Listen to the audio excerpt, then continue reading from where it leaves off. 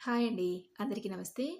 ఈరోజు ఈ వీడియోలో మనం వినబోయే కథ ఏంటో తెలుసుకునే ముందు, మీ అందరికి కూడా నాదొక చిన్న రిక్వెస్ట్.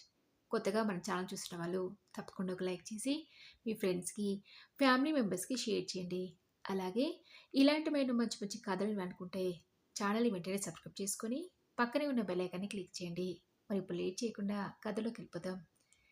అప్పటికి నేను ఆఫీస్ నుంచి వచ్చి గంట అయింది.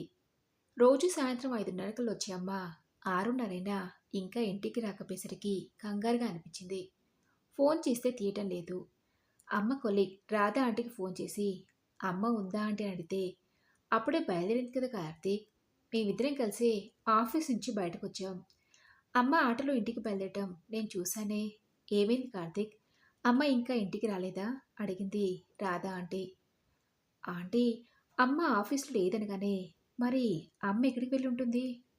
రోజు నేను ఆఫీస్ నుంచి వచ్చేసరికల్లా అమ్మ ఇంట్లో ఉంటుంది కదా. అలాంటిది నేను ఆఫీస్ నుంచి వచ్చి గంట సేపైనా అమ్మ రాకపోవడం ఏంటి అని అమ్మకు మళ్ళీ ఫోన్ చేశాను. ఈసారి కూడా అమ్మ ఫోన్ తీయలేదు. ఒకవేళ అమ్మ వస్తున్న ఆటో కానీ ఏమైనా అయి ఉంటుందా అనే భయం వేసి లేదు లేదు, అలాంటిది ఏమీ అయి ఉండదని నాకు నేను ధైర్యం చెప్పుకొని అప్పటికే రాత్రి సమయం 7 గంటలు అవుతుండడంతో అమ్మను వెతుకుదామని డోర్ లాక్ చేసి లిఫ్ట్ నుంచి కిందికి దిగాను. నేను బయటికి వెళ్ళాక ఒకవేళ అమ్మ ఇంటికి వస్తుందేమోనని వాచ్మెన్కి చెప్పాను. రాజు, అమ్మ ఇంకా ఆఫీస్ నుంచి ఇంటికి రాలేదు. నేను బయటికి వెళ్తున్నాను. ఒకవేళ అమ్మ వస్తే నాకు ఫోన్ చెయ్యి అని. అందుకు రాజు సరే అంటంతో ఓ 4 అడుగులు బయటకు వేసానో లేదో అమ్మ ఆటో దిగుతూ కనిపించింది. అమ్మని చూడగానే పోయిన ప్రాణం మళ్ళీ తిరిగి వచ్చినట్టు అనిపించింది. గబగబా వెళ్ళి అమ్మ చేతిలో ఉన్న క్యారేజ్ బ్యాగ్ని నా చేతిలోకి తీసుకుని ఏంటమ్మా, ఎక్కడికి వెళ్ళావు? నువ్వు రావటం ఆలస్యం అయ్యేసరికి నేనెంత కంగారు పడ్డానో తెలుసా అడిగాను. కంగారా? దేనికిరా? ఇంటికి రాక నేను ఎక్కడికి వెళ్తాను అంది అమ్మ. కనీసం ఫోన్ చేసినా నేను రావటం ఆలస్యం అవుతుంది చెప్పొచ్చు కదమ్మా అన్నాను. చేద్దామని అనుకున్నానురా, కానీ వీలు పలేదు అంది. మరి నేను ఫోన్ చేసినప్పుడైనా లిఫ్ట్ చేసి ఉండాల్సింది కదమ్మా. నేను నీకేమైందో ఏంటోనని చాలా కంగారు పడ్డాను. నీ కొలిగి రాదాంటి కూడా ఫోన్ చేసి అడిగానమ్మా అన్నాను. ఏంట్రా అంత కంగారు? నేనేమైనా చిన్నపిల్లనా నా గురించి భయపడటానికి అంటూ హ్యాండ్ బ్యాగ్ నుంచి ఫోన్ని తీసి చూసుకుంది. 20 మిస్డ్ కాల్స్. ఫోన్ సైలెంట్లో ఉందిరా, చూసుకోలేదు. సరేరా కార్తీక్, అనవసరంగా నేను కంగారు పెట్టాను అంది. పర్వాలేదమ్మా అని అమ్మ నేను మాట్లాడుకుంటూ లిఫ్ట్లో పైకొచ్చాం. డోర్ లాక్ తీసి ఆ అమ్మని నీ ఇంట్లోకి వెళ్ళాం. అమ్మ భుజానికున్న తన హ్యాండ్ బ్యాగ్ తీసి ఎదురుగా ఉన్న టేబుల్ మీద పెట్టి సోఫాలో వాలిపోయింది. అమ్మ పక్కనే కూర్చుంటూ కాఫీ కలుపు తీసుకురానా అమ్మా అడిగాను. లేదురా కార్తిక్, ఇందాకే తాకాను అంది. ఆఫీస్ అయ్యాక అసలు ఎక్కడికి వెళ్ళావు అడిగాను. ఆఫీస్ నుంచి ఆటోలో వస్తుంటే నా ఫ్రెండ్ శ్రీలత ఫోన్ చేసిందిరా. ఆదిత్య వాళ్ళ ఇంట్లోనే చెప్పి నన్ను అక్కడికి రమ్మంది. ఆదిత్య వాళ్ళ అమ్మగారికి ఈ మధ్య ఆరోగ్యం బాగుంటలేదు కదా. శ్రీలత ఆంటీ తను చూడడానికి వచ్చి నన్ను రమ్మని ఫోన్ చేసింది.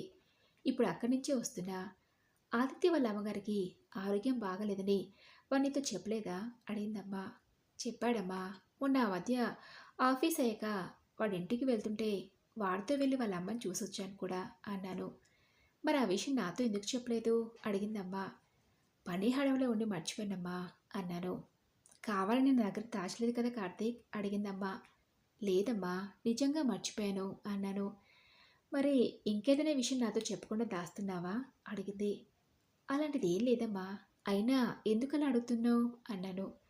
చిన్నప్పటి నుంచి ప్రతి విషయం నాతో పంచుకునే నువ్వేనా ఈరోజు ఇలా మాట్లాడుతున్నావు అంది అమ్మ. నాకేం అర్థం కావట్లేదు. అమ్మ ఎందుకలా మాట్లాడుతుందో. ఏ విషయం అమ్మా, నువ్వు దేని వచ్చి అడుగుతున్నావు? నాకేం అర్థం కావట్లేదే అన్నాను. నా మాటలకమ్మా, నీకు ఆఫీస్ తరపున అమెరికా వెళ్ళే ఆఫర్ వచ్చిన విషయం అంది. ఓ, అదా. నేను వెళ్ళాలని అనుకోవటం లేదు కాబట్టి నీతో చెప్పలేదన్నాను. అదేరా, నేను అడుగుతూ కూడా అందుకే. ఎందుకు వెళ్ళాలని అనుకోవట్లేదు? నీతో పాటు ఇంకెంతోమంది పనిచేస్తున్నా అమెరికాకు వెళ్ళే అవకాశం మాత్రం అందులో నీకు మాత్రమే వచ్చింది. అందుకు నువ్వు ఎగిరి గంతేయాల్సింది పోయి వెళ్ళను అంటావేంట్రా? నీకు మతేమైనా పోయిందా? ఉద్యోగంలో ప్రమోషన్ కోసం ఒక్కొక్కరు చాలా కష్టాలు పడుతుంటారు. అలాంటిది ఎలాంటి ఇబ్బందులు పడాల్సిన అవసరం లేకుండానే నీకు మంచి అవకాశం వస్తే ఎందుకురా వదులుకుంటున్నావు? 2 సంవత్సరాలు అక్కడ పనిచేసి వస్తే ఆ తర్వాత నీ పొజిషన్ని మారిపోతుంది. నీ కొలీగ్స్‌లో నీ కింద పనిచేసేవాళ్ళు నీకెంత గౌరవంగా ఉంటుంది అడిగిందమ్మ. తెలుసమ్మా అన్నాను. మరి ఎందుకురా వచ్చిన అవకాశాన్ని చేజార్చుకుంటున్నావు? ఆదిత్య నాకంతా చెప్పాడు. రేపటిలోగా నువ్వు డాక్యుమెంట్స్ ఏవో సబ్మిట్ చేయాలట కదా! నువ్వు వెళ్ళనంటే ఆ అవకాశం వేరే వాళ్ళకి ఇస్తారట కదా! అంది. అవునమ్మా అన్నాను. మరేంట్రా ఇంకా అలానే ఉన్నావు? ఈ విషయం గురించి ఇంతవరకు నాతో ఒక్క మాటైనా చెప్పలేదు. ఎందుకు?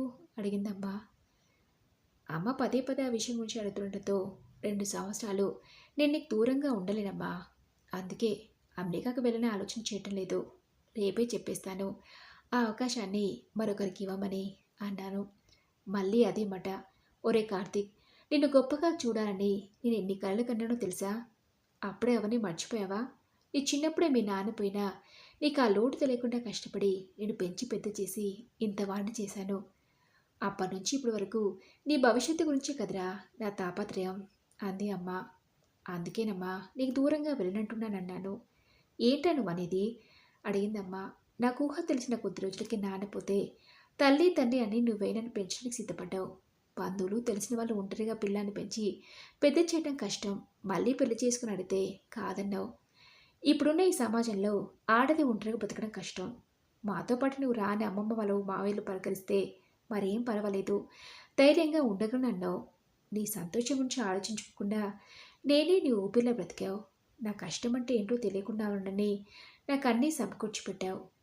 నన్ను చూసుకుంటూనే ఓవైపు ఇంటి పనులు, మరోవైపు వృత్తి బాధ్యతలంటూ కష్టపడుతున్న నీకు పోనీ నా చదువు పూర్తయి నాకు ఉద్యోగం వచ్చాకైనా వాటన్ని నుంచి విశ్రాంతి దొరుకుతుందేమోనని అనుకుంటే ఇంకా 8 నెలల సర్వీస్ ఉంది. ఉద్యోగం మానేసి ఇంట్లో ఖాళీ కూర్చొని దేనికిరా అన్నావు. ఇప్పటికి ఇంకా కాస్త నా ఒంట్లో బాగా లేకపోయినా నీ ప్రాణం విలువిల్లాడిపోతుంది. అలా ప్రతి నిమిషం నా గురించి ఆలోచించే నీ గురించి నాకు ఆలోచన ఉండకూడదమ్మా. నన్ను కంటికి రెప్పలా చూసుకుంటూ ఇంత వాణి చేసి నిన్ను ఈ వయసులో నీ పక్కనే ఉండి జాగ్రత్తగా చూసుకోవాలని నాకు మాత్రం ఉండదా అమ్మా? చాలు. ఇప్పుడు నేను చేసే ఉద్యోగం చాలు. నాకు వచ్చే జీతం చాలు. నువ్వు సంతోషంగా ఉంటే తప్పితే నాకు ఇంకేది వద్దు.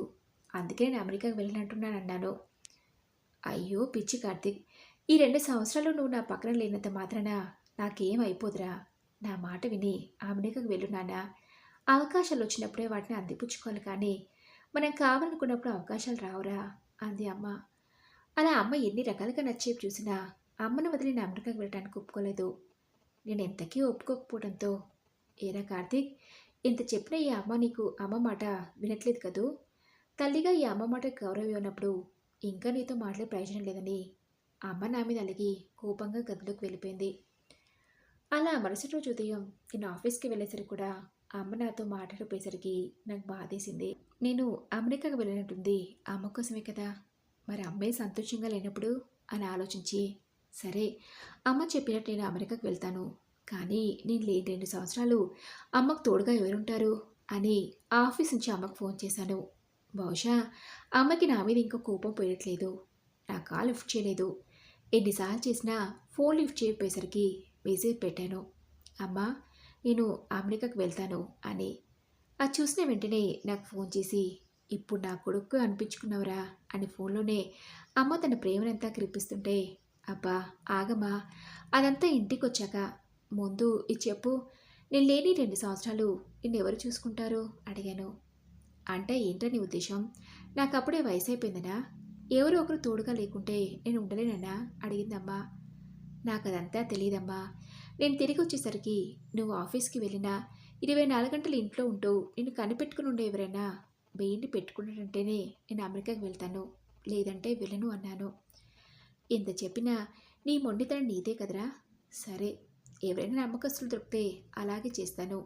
ముందు నువ్వు ఆఫీస్లో ఓకే చెప్పు అంది అమ్మ. నేను ఆఫీస్లో ఓకే చెప్పాక మళ్ళీ నువ్వు మాట మార్చావు కదమ్మా అడిగాను. ఒరే కార్తీక్! నేను నీ కన్న తల్లిండ్రా. నా మీద నీకు ఆ మాత్రం నమ్మకం లేదా అడిగింది. అలా నేను అమ్మను ఒత్తిడి చేయడంతో రాధా ఆంటీకి తెలిసిన ఓ అమ్మాయిని 2 సంవత్సరాలు ఇంట్లోనే ఉంటూ అమ్మాయికి తోడుగా అలాగే ఇంటి పనిలో సహాయంగా ఉండేటట్టుగా మాట్లాడి పనిలోకి రమ్మంది. ఆ తర్వాత 4 రోజుల్లోనే ఏర్పాట్లన్నీ పూర్తవటం నేను అమెరికాకి వెళ్ళే రోజు రానే వచ్చింది. మేడికి అమ్మ గురించి ఎన్ని జాగ్రత్తలు చెప్పాను.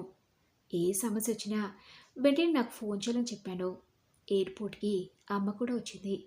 చిన్నప్పటి నుంచి అమ్మని వదిలి ఒక్క రోజునే ఉన్న నేను ఏకంగా 2 సంవత్సరాలు అమ్మకి దూరంగా వెళ్ళిపోతున్నానంటే చాలా బాధగా అనిపించింది. నేను అమ్మని విడిచి వెళ్తున్నానని అంతలా బాధపడుతుంటే, అమ్మ మొహంలో మాత్రం నేను అమెరికాకి వెళ్తున్నాననే సంతోషం. బహుశా అదంతా నా ముందు బయటపడదని కావచ్చనుకున్నాను. అలా నేను అమెరికాకి వెళ్ళిపోయాను. ఎన్ని పనులున్నా ఫోన్ చేసి రోజు అమ్మతో మాట్లాడేవాడిని. నా గురించి కంగారు పడకుండా వర్క్ మీద కాన్సంట్రేట్ చేయరా అనేదమ్మ. అలా చూస్తుండగానే నేను అమెరికాకి వెళ్ళి 3 నెలలు గడిచాయి. ఎప్పుడు ఫోన్ చేసినా, అమ్మ నేను బాగున్నానురా, నువ్వెలా ఉన్నావు? సమయం దొరికినప్పుడల్లా అమెరికా మొత్తం చుట్టేసిరా అనేదమ్మా. నువ్వు జాగ్రత్తమ్మా అనేవని. ఇక నాకే ఇబ్బంది లేదు. శ్వేత తోడుగా ఉంది కదా.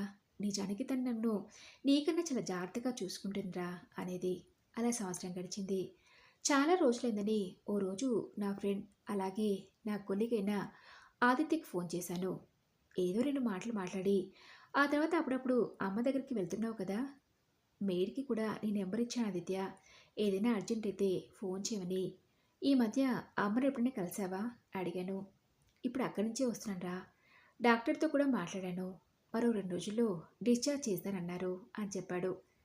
వాడేం చెప్తున్నాడో నాకు అర్థం కాలేదు. ఎవరి గురించిరా నువ్వు చెప్పేది అన్నాను కంగారుగా. వాడు ఇంకేదో చెప్పాడు. ఈలోపే నాకు అనుమానం వచ్చింది. వాడు చెప్పింది ఒకవేళ అమ్మ గురించా? అంటే అమ్మకేమైంది? నిన్న మొన్న అమ్మ నాతో ఫోన్లో మాట్లాడలేదు. మెయిల్ని అడిగితే ఓసారి అమ్మ వాష్రూమ్లో ఉందని, మరోసారి ఎవరో వస్తే మాట్లాడుతుందని అమ్మ ఫోన్ని తనే లిఫ్ట్ చేసి చెప్పింది. అమ్మకి ఏమైంది ఆదిత్య అడిగాను. ఆంటీకి ఏమైందిరా, ఏం కాలేదే, బాగానే ఉంది కదా అన్నాడు తడబడుతూ. నిజం చెప్పరా అని ఓ 2-3 సార్లు గట్టిగా అడిగితే చెప్పాడు.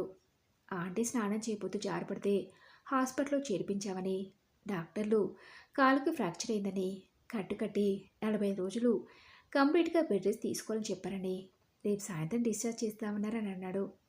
ఆదిత్య చెప్పింది విన్నాక నాకు భయం వేసింది. అమ్మ ఎలా ఉందో ఏంటని వెంటనే అమ్మని చూడాలనిపించింది. కానీ వెంటనే వెళ్ళి తనని చూడలేంత దూరంలో ఉన్నాను. వెంటనే అమ్మకు ఫోన్ చేస్తే ఆ అమ్మాయి లిఫ్ట్ చేసింది. ఏంటమ్మా, ఇంత జరిగినా నాకు ఒక మాటైనా చెప్పలేదు. అందుకే నేను నిన్ను విడిచి వెళ్ళనంది. అసలు ఇప్పుడు నీకు ఎలా ఉందమ్మా?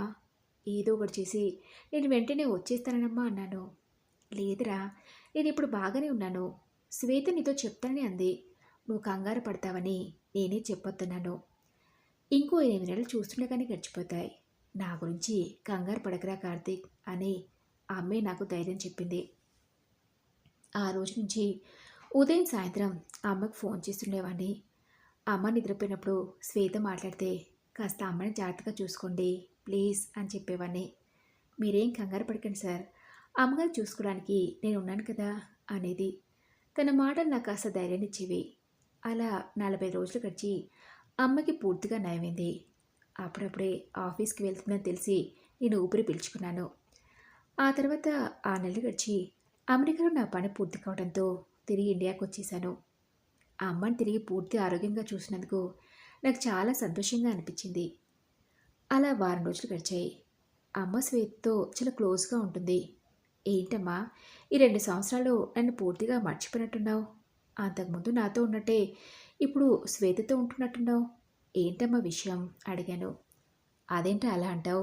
నువ్వు లేనప్పుడు తనే కదా నన్ను దగ్గర నుంచి చూసుకుంది. అందులో కాలు ఫ్రాక్చర్ అయినప్పుడు అబ్బో, ఆ రోజులను గుర్తు చేసుకుంటేనే భయంగా ఉంటుంది. పాపం శ్వేత దగ్గరుండి నన్ను కంటికి రెప్పలా చూసుకుంది. ఆ 40 రోజులు అన్నీ బెడ్లోనే, అయినా విసుకోకుండా అన్నీ చేసింది. నా కడుపున పుట్టిన కూతురే ఉన్నా నాకంత సేవ చేసేది కాదేమో అని అమ్మ అంటుంటే, శ్వేతల అమ్మ శ్వేతల అమ్మని నేనున్నా చూసుకోలేకపోయేవానేమో అనిపించింది. అమ్మ తన గురించి అంతలా చెప్తుంటే ఓసారి శ్వేతకేసి చూశాను. అందం, అభినయం, గోధుమ రంగు మేలి ఛాయ. అసలు తను చూస్తే మేడంటే ఎవరూ నమ్మరు. ఎవరో పెద్దింటి అమ్మాయిలా ఉంటుంది. అసలు తన వాళ్ళు ఎవరు? ఎందుకు తను ఇక్కడ అక్కడ పనిచేయాల్సి వస్తుంది అని తన గురించి తెలుసుకోవాలనిపించి రాధా ఆంటీని ఫోన్లో అడిగాను. అందుకు తను శ్వేత ఒక అనాథని, చిన్నప్పటి నుంచి మదర్ తెరిసా ఆశ్రమంలో పెరిగిన కారణంగా పెద్దల పట్ల గౌరవం, సేవా స్వభావం ఎక్కువ. అంతకుముందు మా అన్నయ్య వదినలకు సహాయంగా ఉండేదని, ఈ మధ్యనే వాళ్ళు అమెరికాకి వెళ్ళిపోయారని, అదే సమయంలో మీ అమ్మ ఎవరైనా మేడ్ ఉంటే చూడమని అడిగితే శ్వేత గురించి చెప్పానని అంది. తను ఒక అనాథ అని తెలిసి జాలేసినా అందరినీ నావాలనుకునే తన స్వభావం నాకు బాగా నచ్చింది. డబ్బు గురించి కాకుండా అవసరంలో ఉన్న వాళ్ళకి సహాయపడగలనే తన మంచి మనసు నచ్చి, అన్నిటికన్నా అమ్మని నాకన్నా బాగా చూసుకుంటుందనే నమ్మకంతో తనని నా జీవిత భాగస్వామిగా చేసుకోవాలని ఆ విషయం అమ్మతో చెప్పాను. అందుకమ్మ, ఒరే కార్తీక్, నాకు ఈ ఆలోచన నువ్వు అమెరికాకు వెళ్ళిన కొద్ది రోజులకే వచ్చిందిరా. కానీ నీ అభిప్రాయం ఏంటో తెలుసుకోకుండా తనని మా అబ్బాయిని పెళ్లి చేసుకుంటావా శ్వేత అని అడగలేకపోయానంది అమ్మ. అమ్మ కూడా సరే అనటంతో శ్వేతతో మాట్లాడాను. అందుకు తను కూడా అడ్డు చెప్పకపోవడంతో నెల రోజుల్లోనే మా పెళ్లి జరిగిపోయింది. కాలం గిర్రన తిరిగి మరో 4 సంవత్సరాలు గడిచాయి. అమ్మ రిటైర్డ్ అయ్యి ఇంటి పట్టునే ఉంటుంది. అమ్మని అత్తగారిలా కాకుండా తన కన్నతల్లా చూసుకున్న శ్వేత ఉండగా నాకిప్పుడు అమ్మ గురించి ఎటువంటి దిగులు లేదు. మరి ఇదండి రోజు కథ. ఈ కథపై మీ విలువైన అభిప్రాయాన్ని నాతో కామెంట్ బాక్స్లో షేర్ చేసుకోండి. అలాగే ఈ కథ మీకు నచ్చిందనుకుంటున్నాను. నచ్చితే తప్పకుండా ఒక లైక్ చేసి మీ ఫ్రెండ్స్కి, ఫ్యామిలీ మెంబర్స్కి షేర్ చేయండి. అలాగే ఇలాంటి మరిన్ని మంచి మంచి కథలు అనుకుంటే ఛానల్ని వెంటనే సబ్స్క్రైబ్ చేసుకొని పక్కనున్న బెల్ ఐకాన్ని క్లిక్ చేయండి. నెక్స్ట్ వీడియోలో మరొక మంచి కథతో కలుసుకుందాం. Thank you for listening.